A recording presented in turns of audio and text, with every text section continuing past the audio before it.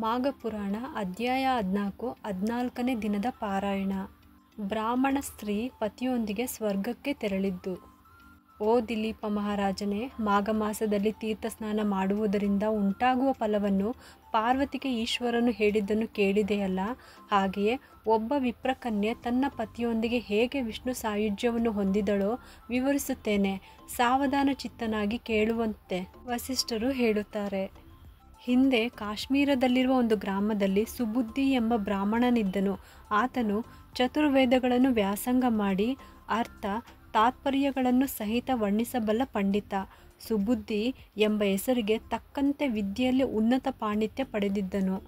ಹಿರಿಯರನ್ನು ಗೌರವಿಸುತ್ತಾ ಭೂತದಯೆ ಉಳ್ಳವನಾಗಿ ಎಲ್ಲ ಮೆಚ್ಚುಗೆಗೂ ಪಾತ್ರನಾಗಿದ್ದ. ಆತ ದೊಡ್ಡ ಪಂಡಿತನಾದುದರಿಂದ ಅನೇಕ ಮಂದಿ ಇತರ ಪಂಡಿತರು ಆತನ ಬಳಿ ಶಿಷ್ಯರಾದರು. ಆ ಬ್ರಾಹ್ಮಣನಿಗೆ 16 ವರ್ಷದ ಸುಶೀಲಾ ಎಂಬ ಮಗಳಿದ್ದಳು. ಆಕೆ ರೂಪವತಿ, ಸುಗುಣರಾಶಿ, ಅಂದದ ಗಣಿ, ಜಿಂಕೆ ಕಣ್ಣಿನಂತಹ ಸೊಗಸಾದ ಕಣ್ಣುಗಳನ್ನು ಉಳ್ಳವಳು, ಪೂರ್ಣಚಂದ್ರನಂತಹ ಮುಖವುಳ್ಳವಳು. ಆಕೆ ನಡೆಯುತ್ತಿದ್ದರೆ ಹಂಸ ನಡಿಗೆಯನ್ನು ನಾಚಿಸುವಂತಿತ್ತು. ಸೊಗಸಾದ ಮುಖವಚಸ್ಸು, ಕೋಕಿಲ ಕಂಠದಂಥ ಮಧುರವಾದ ಕಂಠವುಳ್ಳವಳು. ಆ ಸುಂದರಾಂಗಿಯ ಹಲ್ಲಿನ ಸಾಲುಗಳನ್ನು ನೋಡಿದವರಿಗೆ ಮತ್ತೆ ಮತ್ತೆ ನೋಡಬೇಕೆಂಬ ಅಭಿಲಾಷೆ ಉಕ್ಕುತ್ತಿತ್ತು. ಅಂತಹ ಸಕಲ ಲಕ್ಷಣವಿರುವ ತನ್ನ ಮಗಳನ್ನು ಯಾರಿಗೆ ಕೊಟ್ಟು ಮದುವೆ ಮಾಡುವುದೆಂದು ಸುಬುದ್ಧಿ ಯೋಚಿಸುತ್ತಿದ್ದ. ಒಂದು ದಿನ ಸುಮಿತ್ರನೆಂಬ ಶಿಷ್ಯನೊಬ್ಬ ಗುರುಗಳ ಮನೆಯಲ್ಲಿ ನಡೆಯುವ ದೈವ ಕಾರ್ಯಕ್ಕೆ ಪೂಜಾ ದ್ರವ್ಯವನ್ನು ತರುವುದಕ್ಕಾಗಿ ಕಾಡಿಗೆ ಹೊರಟು ನಿಂತಾಗ ದಾರಿಯಲ್ಲಿರುವ ಉದ್ಯಾನವನದಲ್ಲಿ ಸುಶೀಲಾ ತನ್ನ ಸ್ನೇಹಿತೆಯರೊಂದಿಗೆ ಚೆಂಡಾಟ ಆಡುತ್ತಿದ್ದಳು. ಆ ಚೆಂಡು ಹೊರಗೆ ಬಿದ್ದುದರಿಂದ ಉದ್ಯಾನವನದಿಂದ ಹೊರಬಂದ ಸುಶೀಲಾ ಸುಮಿತ್ರನನ್ನು ನೋಡಿದಳು. ಸುಮಿತ್ರನು ಕೂಡ ಯುಕ್ತ ವಯಸ್ಸಿನಲ್ಲಿದ್ದಾನೆ. ಸೊಗಸಾದ ಅಂಗಸೌಷ್ಠವ ಉಳ್ಳವನು, ವಿಶಾಲವಾದ ವಕ್ಷಸ್ಥಳ ಉಳ್ಳವನಾಗಿ ಬಂಗಾರದ ಕಾಂತಿಯುಳ್ಳ ರೂಪವಂತನು. ಆತನ ಅಂದವನ್ನು ನೋಡಿದ ಕೂಡಲೇ ಸುಶೀಲಾ ನಿಬ್ಬೆರಗಾಗಿ ಹೋದಳು. ಆತನನ್ನೇ ತದೇಕ ದೃಷ್ಟಿಯಿಂದ ನೋಡಿ ಆತನ ಹಿಂದೆ ಬಿದ್ದಳು. ಸುಮಿತ್ರನು ತನ್ನ ಕಾರ್ಯಾರ್ಥಿಯಾಗಿ ಬಹಳ ದೂರ ಹೊರಟು ಹೋದನು. ಹಾಗೆ ಸ್ವಲ್ಪ ದೂರ ಹೋಗುವ ಹೊತ್ತಿಗೆ ಒಂದು ಸರೋವರ ಕಾಣಿಸಿತು. ಆ ಸರೋವರದ ತುಂಬ ಕಮಲದ ಹೂಗಳು ಹರಳಿದ್ದವು. ದುಂಬಿಗಳು ಗುಂಪು ಗುಂಪಾಗಿ ಹಾರಿ ಕಮಲದ ಹೂವಿನಲ್ಲಿನ ಮಧುವನ್ನು ಹೀರುತ್ತಾ ಮತ್ತೇರಿ ಹಾರುತ್ತಿದ್ದವು. ಅಲ್ಲಿರುವ ವಿವಿಧ ಫಲವೃಕ್ಷಗಳು ಹೂಗಳಿಂದ ಹಣ್ಣುಗಳಿಂದ ತುಂಬಿ ತುಳುಕಾಡುತ್ತಿದ್ದವು. ಕೋಗಿಲೆಗಳು ತಮ್ಮ ಮಧುರ ಕಂಠ ತೆರೆದು ಉಲಿಯುತ್ತಿದ್ದವು. ಗಂಡು ನವಿಲುಗಳು ಹೆಣ್ಣು ನವಿಲುಗಳಿಗೆ ತಮ್ಮ ಅಂದವನ್ನು ತೋರಿಸುವುದಕ್ಕಾಗಿರಬೇಕು ತಮ್ಮ ಗರಿಗಳನ್ನು ಬಿಚ್ಚಿ ನರ್ತಿಸುತ್ತಿದ್ದವು. ನೀರ ಪ್ರಾಣಿಗಳು ಕಮಲದ ದಂಟುಗಳನ್ನು ತಿನ್ನುತ್ತಾ ಒಮ್ಮೊಮ್ಮೆ ಮೇಲಾರಿ ಬೀಳುತ್ತಾ ನೀರಿನಲ್ಲಿ ಈಜುತ್ತಿವೆ. ಸುಮಿತ್ರನು ದೂರ ಪ್ರಯಾಣದಿಂದ ದಣಿದದ್ದರಿಂದ ಆ ಹಿತವಾದ ನೀರನ್ನು ಕುಡಿದು ಮರದ ನೆರಳಿನಲ್ಲಿ ವಿಶ್ರಮಿಸಿದನು. ಹಿಂಬಾಲಿಸಿ ಬಂದ ಸುಶೀಲಾ ಅಲ್ಲಿನ ಪ್ರಕೃತಿಯ ರಮಣೀಯತೆಯನ್ನು ನೋಡಿ ಮಲ್ಲೆ, ಜಾಜಿ, ಸಂಪಿಗೆ ಹೂಗಳ ಪರಿಮಳಕ್ಕೆ ಮನ್ಮಥ ವಾಚೆಯಿಂದ ಅಮಲುಗೊಂಡವಳಾಗಿ ಮರದ ಕೆಳಗೆ ವಿಶ್ರಮಿಸುತ್ತಿದ್ದ ಸುಮಿತ್ರನ ಸಮೀಪಕ್ಕೆ ಮೆಲ್ಲನೆ ಬಂದು ನಿಂತಳು. ಸುಮಿತ್ರನ ಸೌಂದರ್ಯವನ್ನು ಕಣ್ಣಾರೆ ನೋಡಿ ಸ್ಪಂದಿಸಿದಳು. ಅಲ್ಲದೆ ತಾನೇ ಸುಮಿತ್ರನನ್ನು ಮಾತಾಡಿಸಿದಳು. ಓ ಅಂಧಗಾರ, ನಿನ್ನನ್ನು ನೋಡಿದ ಆರಂಭದಿಂದಲೂ ನನ್ನ ಮನಸ್ಸು ನನ್ನ ಹಿಡಿತದಲ್ಲಿಲ್ಲ. ಅದಕ್ಕೆ ನಿನ್ನ ಹಿಂದೆ ಇಷ್ಟು ದೂರ ಬಂದೆ. ಈ ಏಕಾಂತ ಪ್ರದೇಶದಲ್ಲಿ ನನ್ನನ್ನು ಅಪ್ಪಿಕೊಂಡು ನನ್ನೊಂದಿಗೆ ಕೂಡು. ನಿನ್ನ ವಯಸ್ಸು ನನ್ನ ವಯಸ್ಸು ಸರಿಸಮಾನ. ಇಬ್ಬರು ಆಯ್ದು ಕುದುರಿಸಿದ ಜೋಡಿಯಂತಿದ್ದೇವೆ. ಗಿಳಿ ಗೊರವಂಕದಂತೆ ರತಿ ಮನ್ಮಥರಂತೆ ಒಂದಾಗಿ ಬಿಡೋಣ. ಆ ಮರದ ಮೇಲಿರುವ ಪಕ್ಷಿಗಳ ಜೋಡಿಯನ್ನು ನೋಡು. ಮಧುವನ್ನು ಕುಡಿದು ಅಮಲೇರಿದ ಆ ದುಂಬಿ ಜೋಡಿಯನ್ನು ನೋಡು. ಹೇಗಿವೆಯೋ ಆದ್ದರಿಂದ ಬಾ. ನನ್ನ ಯೌವನ ಬಿಂಕವನ್ನು ಆಘ್ರಾಣಿಸು. ಸಮಯವನ್ನು ವ್ಯರ್ಥ ಮಾಡಬೇಡ. ನನ್ನ ಸುಕೋಮಲದ ಶರೀರ, ಸೂಕ್ಷ್ಮವಾದ ಅಂಗಾಂಗವನ್ನು ನಿನಗೆ ಅರ್ಪಿಸುತ್ತೇನೆ. ನೀನು ಮನ್ಮಥನಂತೆ ಬಂದು ನನ್ನನ್ನು ಅಪ್ಪಿಕೋ ಎಂದು ಪರಿ ವಿಧಗಳಿಂದ ಆ ವಿಪ್ರಕುಮಾರಿ ಪ್ರಚೋದಿಸತೊಡಗಿದಳು. ಆಗ ಸುಮಿತ್ರನು ಅಚೇತನನಾಗಿ ಬಾಯಿಯಿಂದ ಮಾತು ಬಾರದೆ ಶೀಲಾ ವಿಗ್ರಹದಂತೆ ನಿಂತನು. ಸ್ವಲ್ಪ ಹೊತ್ತಿನ ಬಳಿಕ, ಬಾಲೆ, ನಿನ್ನ ಮಾತು ಕೇಳುತ್ತಿದ್ದರೆ ಹುಚ್ಚಿಯಂತಿದ್ದೆಯೇ?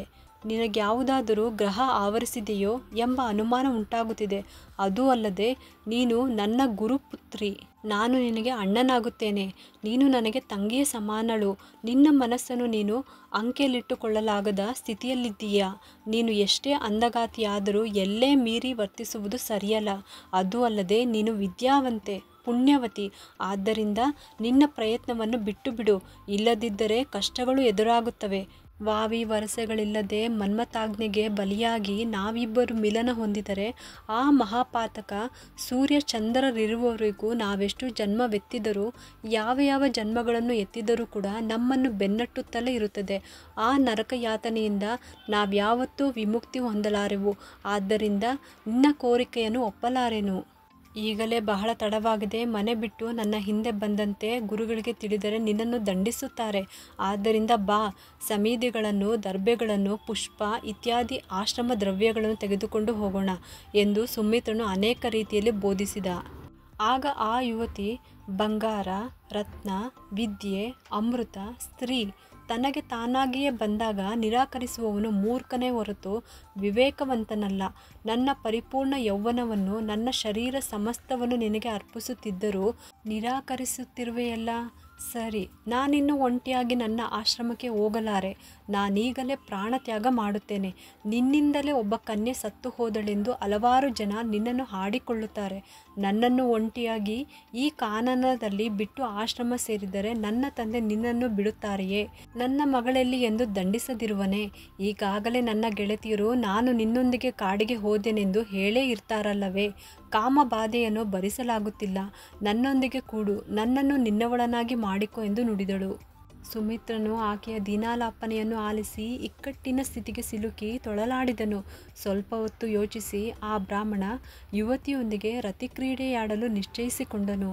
ಶಂಕರಿ, ಈ ರೀತಿಯಾಗಿ ಅವರಿಬ್ಬರು ಆ ಸರೋವರ ಸಮೀಪದಲ್ಲೊಂದು ಪ್ರದೇಶವನ್ನು ಶುಭ್ರ ಮಾಡಿ ಅಲ್ಲಿ ಮೃದುವಾದ ಪತ್ರಗಳನ್ನು, ನಾನಾ ವಿಧ ಸುವಾಸನೆಗಳನ್ನು ಚೆಲ್ಲಿ ಪುಷ್ಪಗಳನ್ನು ಅಲಂಕರಿಸಿ ಪ್ರಕೃತಿ ಸೌಂದರ್ಯವನ್ನು ನೋಡಿ ಮುದಗೊಂಡು ಕಾಮತೃಷ್ಣೆಯನ್ನು ತೀರಿಸಿಕೊಂಡು ಮತ್ತೆ ಸ್ವಲ್ಪ ಹೊತ್ತು ಚೆಂಡಾಟ ಆಡಿ ಕುಣಿದು ಕುಪ್ಪಳಿಸುತ್ತಾ ಕೇಕೆ ಹಾಕುತ್ತಾ ಓಡುತ್ತಾ ಆಟವಾಡಿದರು.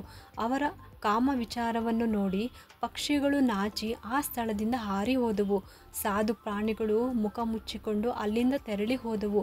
ಸರೋವರದಲ್ಲಿನ ಕಮಲಗಳು ತಲೆಗಳು ಬಾಗುವಂತೆ ಆ ನೀರಿನಲ್ಲಿ ಬಾಗಿದವು. ಸೂರ್ಯನು ಇವರ ಅನ್ಯೋನ್ಯ ಚುಂಬನವನ್ನು ನೋಡಲಾಗದೆ ಮೋಡಗಳ ಮರೆಯಲ್ಲಿ ಅವಿತುಕೊಂಡನು. ಮಧು ಸೇವಿಸಿ ಮತ್ತೇರಿದ ದುಂಬಿಗಳು ಕೂಡ ನಾಚಿದವು. ಈ ರೀತಿಯಾಗಿ ಅವರು ಉಲ್ಲಾಸದಿಂದ ಸ್ವಲ್ಪ ಹೊತ್ತಿದ್ದು ಸಮಿತು ಕುಶಪುಷ್ಪಗಳನ್ನು, ನಾನಾ ವಿಧ ಫಲಗಳನ್ನು ಸಂಗ್ರಹಿಸಿ ಆಶ್ರಮದ ದಾರಿ ಹಿಡಿದು ಆಶ್ರಮ ಸೇರಿದರು.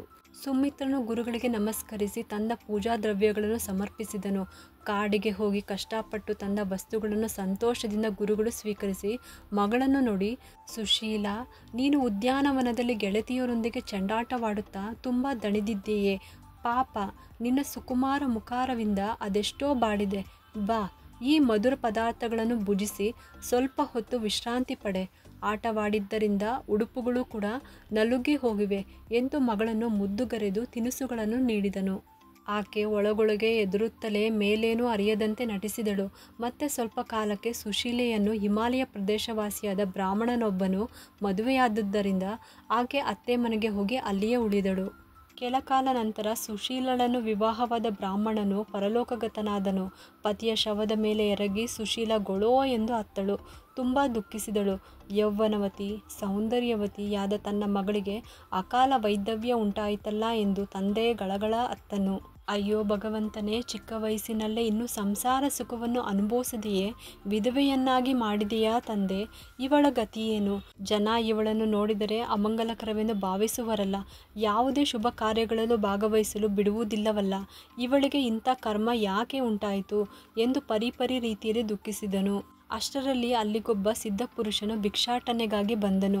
ನೆರೆದಿರುವ ಎಲ್ಲರ ರೋದನೆಯನ್ನು ಕೇಳಿಸಿಕೊಂಡು ಶವವಿರುವ ಕಡೆ ಹೋಗಿ ಸುಬುದ್ಧಿಯನ್ನು ಉದ್ದೇಶಿಸಿ, ಪೂಜ್ಯರೇ, ನೀವು ದುಃಖಿಸುವುದಕ್ಕೆ ಕಾರಣವೇನು? ಬೇಗನೆ ಹೇಳಿ ಎಂದು ಕೇಳಲು, ಆಗ ಸುಬುದ್ಧಿ ಸಿದ್ಧಪುರುಷನನ್ನು ಉದ್ದೇಶಿಸಿ, ಸ್ವಾಮಿ, ನಮ್ಮ ದುಃಖ ಕುರಿತು ಏನೆಂದು ಹೇಳಿಕೊಳ್ಳಲಿ? ನಿಮ್ಮ ದಿವ್ಯ ತೇಜೋಮೂರ್ತಿಯನ್ನು ನೋಡಿದ್ದರಿಂದ ಸ್ವಲ್ಪ ಉಪಶಮನ ಉಂಟಾಗಿದೆ. ಈ ಯುವತಿ ನನ್ನ ಮಗಳು. ಸತ್ತವನು ಆಕೆಯ ಪತಿ. ವಿವಾಹವಾದ ಕೆಲವೇ ಕಾಲಕ್ಕೆ ಈತ ಸತ್ತು ಹೋದ. ನಮಗೆ ಇವಳ ಹೊರತು ಮತ್ತೊಂದು ಸಂತಾನವಿಲ್ಲ. ಚಿಕ್ಕಂದಿನಲ್ಲಿಯೇ ಈಕೆಗೆ ಉಂಟಾದ ವೈಧವ್ಯ ನೋಡಲಾಗದೆ ನಮ್ಮ ಹೃದಯ ಚಿತ್ರಗೊಳ್ಳುತ್ತಿದೆ. ಇದೇ ನಮ್ಮ ದುಃಖಕ್ಕೆ ಕಾರಣ. ಈಕೆಗೆ ಈ ದುಸ್ಥಿತಿ ಏಕೆ ಉಂಟಾಯಿತು? ಈಕೆಯ ಪೂರ್ವಜನ್ಮ ಎಂಥದ್ದು ನಿಮಗೆ ತಿಳಿದಿದ್ದಲ್ಲಿ ಹೇಳಿರಿ ಎಂದು ಬೇಡಿಕೊಂಡನು. ಸಿದ್ಧರು ಸ್ವಲ್ಪ ಹೊತ್ತು ತಮ್ಮ ದೃಷ್ಟಿಯಿಂದ ನಡೆದುದೆಲ್ಲವನ್ನು ಗ್ರಹಿಸಿದರು. ವಿಪ್ರೋತ್ತಮರೇ, ನಿನ್ನ ಮಗಳು ಹಿಂದಿನ ಜನ್ಮದಲ್ಲಿ ಕ್ಷತ್ರಿಯ ಯುವತಿಯಾಗಿದ್ದಳು. ಈಕೆ ಕಾಮುತರಳಾಗಿದ್ದುದರಿಂದ ಪರಪುರುಷ ಸಂಪರ್ಕವುಳ್ಳವಳಾಗಿ ಅರ್ಧರಾತ್ರಿ ತನ್ನ ಪತಿ ನಿದ್ರಾವಶನಾಗಿರುವ ಸಮಯದಲ್ಲಿ ಕತ್ತಿಯಿಂದ ತಿವಿದುದರಿಂದ ಆತ ವಿಲವಿಲನೆ ನರಳಾಡಿ ಪ್ರಾಣ ಬಿಟ್ಟನು. ಆ ಭಯಾನಕ ದೃಶ್ಯವನ್ನು ನೋಡಿ ಆಕೆ ಹೆದರಿ ತಾನೂ ಕೂಡ ಆ ಕತ್ತಿಯಿಂದಲೇ ತಿವಿದುಕೊಂಡು ಸತ್ತು ಹೋದಳು. ಅಂತಹ ಘೋರ ಹತ್ಯೆ ಮಾಡಿ ಈ ಜನ್ಮದಲ್ಲಿ ನಿನ್ನ ಮಗಳಾಗಿ ಹುಟ್ಟಿದ್ದಾಳೆ.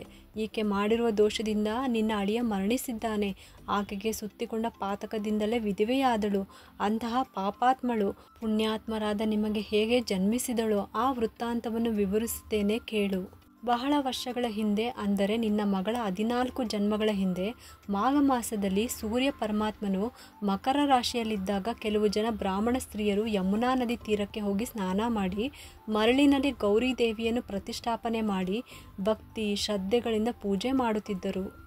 ಆ ಬ್ರಾಹ್ಮಣ ಸ್ತ್ರೀಯರು ಮಾಡುವ ಗೌರಿ ಪೂಜೆಯಲ್ಲಿ ನಿನ್ನ ಮಗಳಾಗಿ ಹುಟ್ಟಿದ ಈಕೆಯೂ ಕೂಡ ಭಾಗವಹಿಸಿದ್ದರಿಂದ ಆ ಪುಣ್ಯ ಫಲದಿಂದಲೇ ನಿನ್ನ ವಂಶದಲ್ಲಿ ನಿನ್ನ ಮಗಳಾಗಿ ಜನಿಸಿದಳು.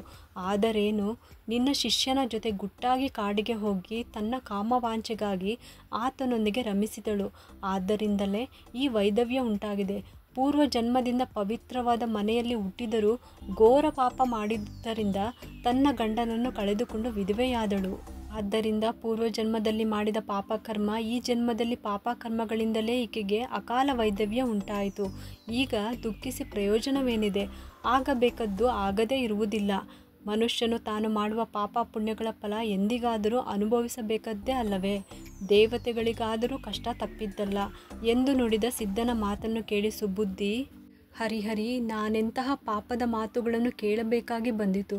ಪೂರ್ವಜನ್ಮದಲ್ಲಿ ನನ್ನ ಮಗಳು ತನ್ನ ಗಂಡನ ಹತ್ಯೆ ಮಾಡಿ ತಾನು ಆತ್ಮಹತ್ಯೆ ಮಾಡಿಕೊಂಡಳೆ. ಈ ಜನ್ಮದಲ್ಲೂ ಕೂಡ ಕನ್ಯೆಯಾಗಿದ್ದು ನನಗೆ ಮಗನ ಸಮಾನನಾದ, ತನಗೆ ಸೋದರ ಸಮಾನನೆಂದು ಗ್ರಹಿಸದೆ ತನ್ನ ಶಿಷ್ಯನೊಂದಿಗೆ ಕುಡಿದಳೆ. ಆಹಾ, ಎಂಥ ಘೋರ ಎಂದು ಅಲುಬಿ ತೊಳಲಾಡಿ ಸಿದ್ಧನ ಕಡೆ ನೋಡಿ, ಸ್ವಾಮಿ, ನಿಮ್ಮ ಮಾತು ಕೇಳಿದ್ದಾಗಿನಿಂದಲೂ ಒಂದು ಕಡೆ ಮಗಳ ಮೇಲೆ ಕೋಪ, ಮತ್ತೊಂದೆಡೆ ಪ್ರೀತಿಯೂ ಉಂಟಾಗುತ್ತಿದೆ. ಆದ್ದರಿಂದ ನನ್ನ ಮಗಳು ಪಾಪದಿಂದ ಹೇಗೆ ವಿಮುಕ್ತಳಾಗುತ್ತಾಳೋ ಮತ್ತೆ ನನ್ನ ಅಳಿಯ ಪುನರ್ಜೀವಿಯಾಗುತ್ತಾನೋ ನೀವು ಹೇಳಬೇಕು ಎಂದು ಪ್ರಾರ್ಥಿಸಿದನು. ಪೂಜ್ಯರೇ, ಮಗಳನ್ನು ಕುರಿತು ನೀವು ಕೇಳದೇ ಹೋದರೂ ಪರಿಹಾರೋಪಾಯವನ್ನು ವಿವರಿಸಬೇಕೆಂದು ಹೀಗೆ ಬಂದೆನು. ಈ ಮಾಘ ಮಾಸದಲ್ಲಿ ನಿಮ್ಮ ಮಗಳ ಕೈಯಿಂದ ನದಿಯಲ್ಲಾಗಲಿ ಕೆರೆಯಲ್ಲಾಗಲಿ ಪ್ರಾತಃ ಕಾಲದಲ್ಲಿ ಸ್ನಾನ ಮಾಡಿಸಿ ಅಲ್ಲಿಯೇ ಮರಳಿನಿಂದ ಗೌರಿ ದೇವಿಯನ್ನು ಮಾಡಿ ಮುತ್ತೈದೆಯರೊಂದಿಗೆ ಕೂಡಿ ಧೂಪ ದೀಪ ನೈವೇದ್ಯಗಳನ್ನು ಅರ್ಪಿಸಿ ಪೂಜೆ ಮಾಡಿಸಿರಿ. ಈ ರೀತಿ ಮಾಘ ಮಾಸವೆಲ್ಲ ನಿಮ್ಮ ಮಗಳ ಕೈಯಿಂದ ಮಾಡಿಸುವುದರಿಂದ ಆಕೆಗಿರುವ ಪಂಚಮಹಾಪಾತಕಗಳು ತೊಲಗಿ ಹೋಗಿ ಆಕೆಯ ಪತಿ ಕೂಡ ಬದುಕುತ್ತಾನೆ. ಮಾಘ ಶುದ್ಧ ಬಿದಿಗೆಯ ದಿನ ಮುತ್ತೈದೆಯರ ಪಾದಗಳಿಗೆ ಅರಿಶಿನ ಹಚ್ಚಿ ಹಣೆಗೆ ಬೊಟ್ಟಿಟ್ಟು ಪೂಜಿಸಬೇಕು. 2 ಹೊಸ ಮೊರಗಳನ್ನು ತಂದು ಅದರಲ್ಲೊಂದು ಮೊರದಲ್ಲಿ ಸೀರೆ, ರವಿಕೆ ಬಟ್ಟೆ, ಅರಿಶಿನ, ಕುಂಕುಮ, ಹಣ್ಣು, ವಿಳೆದೆಲೆ, ಅಡಿಕೆ ದಕ್ಷಿಣೆ ಇಟ್ಟು ಅದರ ಮೇಲೆ 2ನೇ ಮೊರವನ್ನು ಮುಚ್ಚಿ ಒಬ್ಬ ಮುತ್ತೈದೆಗೆ ಬಾಗಿನ ಕೊಟ್ಟು ತೃಪ್ತಿಯಿಂದ ಊಟ ಹಾಕಿ ಸಂತೋಷಪಡಿಸಬೇಕು. ಆ ರೀತಿಯಾಗಿ ಮಾಡಿದರೆ ಪರಪುರುಷ ಸಂಘದಿಂದ ಉಂಟಾದ ದೋಷ ನಿವಾರಣೆಯಾಗುತ್ತದೆ. ಕೆಲವು ಜನ ಪುರುಷರು ಉದಯ ಕಾಲದಲ್ಲೇ ಹೋಗಿ ಸ್ನಾನ ಮಾಡಬೇಕೆಂದರೆ ಹಿಂಜರಿಯುತ್ತಾರೆ. ಆದ್ದರಿಂದ ಅಂತಹವರ ಪತ್ನಿಯರಾದರೂ ಅವರನ್ನು ಪ್ರೋತ್ಸಾಹಿಸಿ ಅವರೂ ಕೂಡ ನಿಷ್ಠೆಯಿಂದ ಮಾಘಮಾಸ ಸ್ನಾನ ಮಾಡಬೇಕು. ವಂಶಾಭಿವೃದ್ಧಿಗಾಗಲಿ ಕುಟುಂಬ ಗೌರವಕ್ಕಾಗಲಿ ಸ್ತ್ರೀಯೇ ಮುಖ್ಯ ಕಾರಕಳಾದ್ದರಿಂದ ಈ ಮಾಘ ಮಾಸವಿಡೀ ಪುರಾಣ ಓದಿ ಹರಿಕತೆ ಕೇಳಿ ಹರಿನಾಮ ಸಂಕೀರ್ತನೆಗಳನ್ನು ಸ್ಮರಿಸುತ್ತಾ ದಾನ ಧರ್ಮಗಳನ್ನು ಮಾಡಿದರೆ ಆಗುವ ಫಲವು ಮತ್ಯಾವ ವ್ರತದಿಂದಲೂ ಉಂಟಾಗುವುದಿಲ್ಲ. ಮುನಿಶ್ರೇಷ್ಠರು ಮಾಘಮಾಸ ಸ್ನಾನ ಮಾಡಿ ತಪಸ್ಸು ಮಾಡಿದರೆ ಅವರು ಸಿದ್ಧ ಪುರುಷರಾಗುತ್ತಾರೆ. ಬುದ್ಧಿ ಇಲ್ಲದವರಿಂದ ಮಾಘಮಾಸ ಸ್ನಾನ ಬಿಡದೆ ಮಾಡಿಸಿದ್ದೇ ಆದಲ್ಲಿ ಅವರ ಹುಚ್ಚು ವಾಸಿಯಾಗುತ್ತದೆ. ಕುಷ್ಠರೋಗದಿಂದ ಬಾಧೆ ಪಡುವವರು ಮಾಘಮಾಸ ಸ್ನಾನ ಮಾಡಿದರೆ ಅವರ ರೋಗ ನಿವಾರಣೆಯಾಗುವುದೇ ಅಲ್ಲದೆ ಪುಣ್ಯಾತ್ಮರಾಗುತ್ತಾರೆ. ಸ್ತ್ರೀಯಾಗಲಿ ಪುರುಷನಾಗಲಿ ಮಾಘಮಾಸ ಸ್ನಾನವನ್ನು ಡಾಂಬಿಕತನದಿಂದ 4 ಜನ ನೋಡಿ ಹೊಗಳುವುದಕ್ಕಲ್ಲದೆ ಚಿತ್ತಶುದ್ಧಿಯಿಂದ ಸ್ನಾನಾದಿಗಳನ್ನು ಮಾಡಿ ವಿಷ್ಣು ದರ್ಶನ, ಸೂರ್ಯ ನಮಸ್ಕಾರ, ಪುರಾಣ ಪಠಣೆ, ಹರಿನಾಮ ಸಂಕೀರ್ತನೆ ಮುಂತಾದವುಗಳನ್ನು ನಿರಾಡಂಬರವಾಗಿ ಮಾಡಬೇಕು. ಮಾಘಮಾಸ ಸ್ನಾನ ಮಾಡುತ್ತಿರುವೆನೆಂದು ತನ್ನನ್ನು ತಾನು ಹೊಗಳಿಕೊಳ್ಳಬಾರದು. ಹಾಗೆ ಮಾಡಿದರೆ ಚಿತ್ತಶುದ್ಧಿ ಇಲ್ಲದ ಶಿವಪೂಜೆ ಏಕಯ್ಯ ಎಂಬಂತೆ ನಿಷ್ಕಯೋಜಕವಾಗುತ್ತದೆ ಎಂದು ಸುಬುದ್ಧಿಗೆ ಭಿಕ್ಷಾಟನೆಗಾಗಿ ಬಂದ ಸಿದ್ಧನು ಉಪದೇಶಿಸಿದನು. ಓ ಶಂಕರಿ, ಆ ರೀತಿಯಾಗಿ ಸಿದ್ಧನ ಉಪದೇಶವನ್ನು ಪಡೆದ ಸುಬುದ್ಧಿ ತನ್ನ ಮಗಳಿಂದ ಮಾಘಸ್ನಾನಗಳನ್ನು ಮಾಡಿಸಿ ದಾನಾದಿ ಪುಣ್ಯಗಳನ್ನು ಮಾಡಿಸಿದಾಗ ಸತ್ತು ಹೋದ ಅಳಿಯ ನಿದ್ರೆಯಿಂದ ಎಚ್ಚೆತ್ತವನಂತೆ ಎದ್ದು ನಡೆದ ವೃತ್ತಾಂತವನ್ನು ಕೇಳಿ ತಾನೂ ಕೂಡ ತನ್ನ ಪತ್ನಿಯೊಂದಿಗೆ ಪುಣ್ಯ ಕಾರ್ಯವನ್ನು ಮಾಡಿ ಪಾಪರಹಿತನಾದನು. ಇಲ್ಲಿಗೆ 14ನೆಯ ಅಧ್ಯಾಯ ಸಮಾಪ್ತವು.